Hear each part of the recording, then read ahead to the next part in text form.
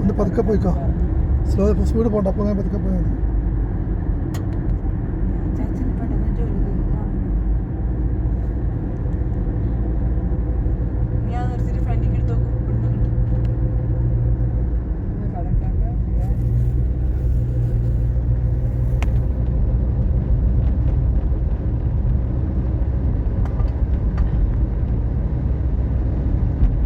കടല് നിറയെ ഉപ്പുള്ളതാണ്.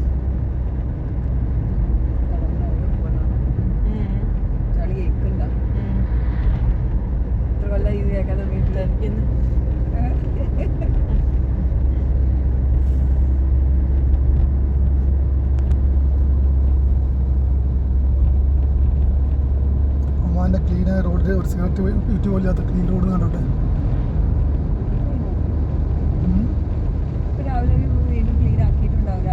രാത്രി അല്ല, അത് രാവിലെ എപ്പോഴും രാത്രി നല്ല ഫുൾ ടൈം കത്തിക്കൊണ്ടിരിക്കും ആൾക്കാർ.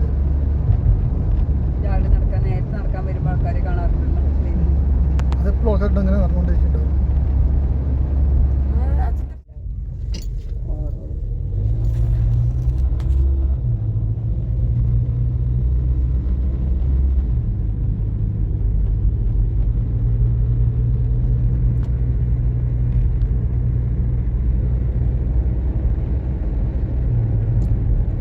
കുതിരാലയത്തിൻ്റെ എടുക്കാം. കടല് വേലിയേറ്റാണ്. അതാണ് കടൽ ഹൈറ്റൈഡ് വെള്ളം കയറിക്കും. അത് ഞാൻ വെള്ളം ഇറങ്ങിപ്പോവും. അപ്പോ മീൻ പിടിക്കാൻ പറ്റില്ലല്ലോ. ഈ സമയത്തായിട്ട് മീൻ അങ്ങോട്ട് പോകും. മീൻ പിടിച്ചിട്ട് ഇറങ്ങും വരേണ്ടി വരും.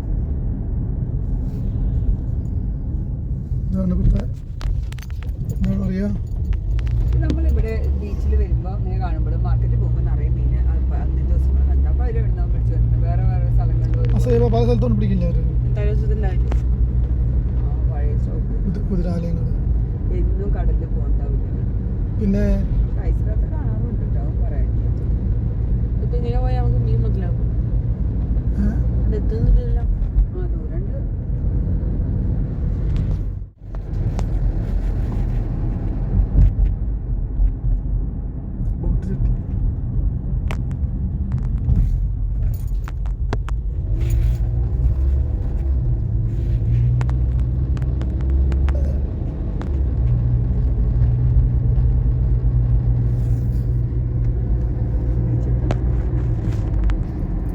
മറ്റേ ബീച്ചിൽ പോകണം, സീ ബീച്ച്.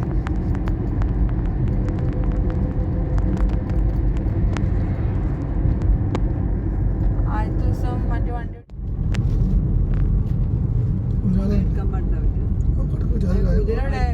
കുതിരാണില്ല. ബോർഡിലുള്ളൂ. ബോർഡും ഇല്ല. Building oh കുതിരാലയം. Oh you mean കുതിര ഹൗസ്.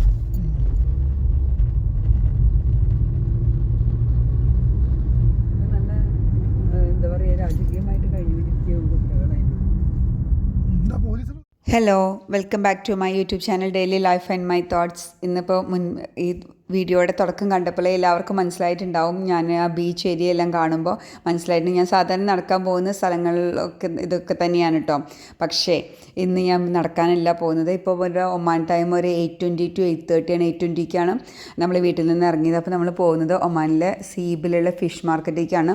മീൻ വാങ്ങാൻ പോകുന്നതാണ്. അപ്പോൾ ഞാൻ സാധാരണ മീൻ വാങ്ങുന്ന സ്ഥലങ്ങൾ മുന്നേ ഒരു 3 മാസം മുന്നേ വരെ മീൻ വാങ്ങിയിരുന്ന മാർക്കറ്റിൽ നിന്ന് വാങ്ങാറുണ്ട്, മത്തർ മാർക്കറ്റിൽ നിന്ന് വാങ്ങാറുണ്ട്, സീബ് മാർക്കറ്റിൽ നിന്ന് വാങ്ങാറുണ്ട്. പക്ഷേ സാധാരണ ഞാൻ ആ വീഡിയോയിലൊക്കെ കാണിച്ചത് ഇവിടെ വേറെ സ്ഥലത്ത് നിന്നാണ്. അപ്പോൾ അവിടെ മീൻ കച്ചവടം നടത്താൻ സമ്മതിക്കുന്നില്ല. കാരണം എന്താണെന്ന് വെച്ചാൽ എന്തെങ്കിലും പാരിസ്ഥിതികമായ ബുദ്ധിമുട്ടുകൾ നോക്കിയിട്ടായിരിക്കാം.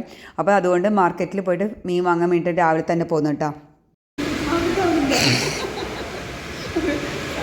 മാർക്കറ്റ് കാണുമ്പോൾ നിങ്ങൾക്കൊക്കെ മോളിലേക്ക് പോകുന്ന പോലെയൊക്കെ തോന്നുന്നില്ലേ?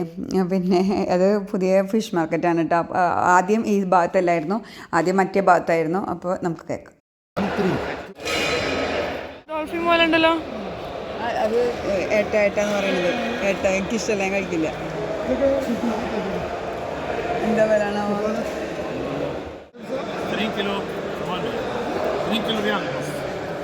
മുറിച്ച് വെച്ചതായിട്ട് കാണുന്നൊക്കെ തെരണ്ടിയാണ് കേട്ടോ. ഒരു ബോക്സ് ആ ഒരു പ്ലേറ്റ് 2 കിലോ ഒക്കെ ഉണ്ടായിരിക്കും. നമ്മൾ നോക്കിയിട്ടില്ല, എനിക്ക് ഇഷ്ടമല്ല അത് തൊലി പൊളിക്കാനൊക്കെ വലിയ ചൂടുവെള്ളത്തിലിട്ടിട്ട് ഞാൻ മുന്നേ പൊളിച്ചായിരുന്നു. എനിക്ക് അത്ര അറിവില്ല. ഇത് ഓപ്ഷൻ റൂമാണ്. ഇവിടെ അവരിങ്ങനെ ചൂണ്ടയിൽ പോലെ ഇതിങ്ങനെ കെട്ടിയിട്ട് മീനുണ്ടാവും. അത് ഐസിടാത്താണ് കേട്ടോ. നല്ല വിലയുണ്ടാവും.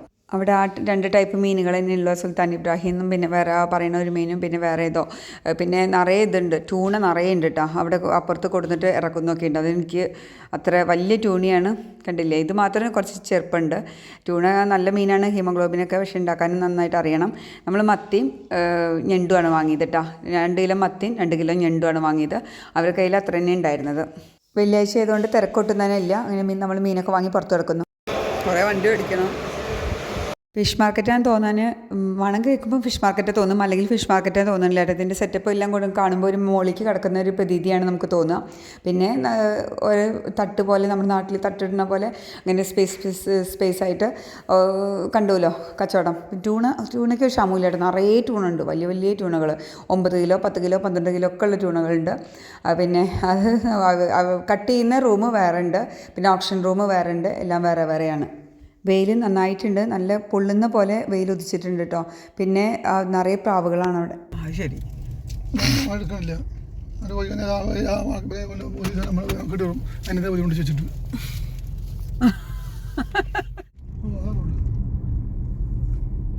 ഇനി നമ്മൾ പുറത്ത് കിടക്കാൻ കേട്ടോ. ഗേറ്റ് കഴിഞ്ഞിട്ട് പുറത്ത് കിടക്കുകയാണ്. ഇതിൻ്റെ സൈഡിൽ റോയൽ ഗാർഡ് ഓഫ് പോലീസിൻ്റെ ഒക്കെ ഗവൺമെൻറ് ബിൽഡിങ്ങുകളൊക്കെ ഉണ്ട്. ഇതിൻ്റെ അപ്പുറത്താണ് സീബ് സൂക്ക് വരുന്നത്. സീബ് സൂക്ക് ഇവിടുത്തെ പരമ്പരാഗതമായ സൂക്കാണ്. ഞാൻ അവിടെ പോയിട്ട് ഡ്രസ്സ് വാങ്ങിയതും സാരി വാങ്ങിയതിൻ്റെയൊക്കെ വീഡിയോ ചെയ്തിട്ടുണ്ടായിരുന്നു. വ്യൂസൊക്കെ വളരെ കുറവാണ്. അപ്പോൾ എല്ലാവരും വീഡിയോ മുഴുവനായി കാണുക, ലൈക്ക് ചെയ്യുക, ഷെയർ ചെയ്യുക, സബ്സ്ക്രൈബ് ചെയ്യുക.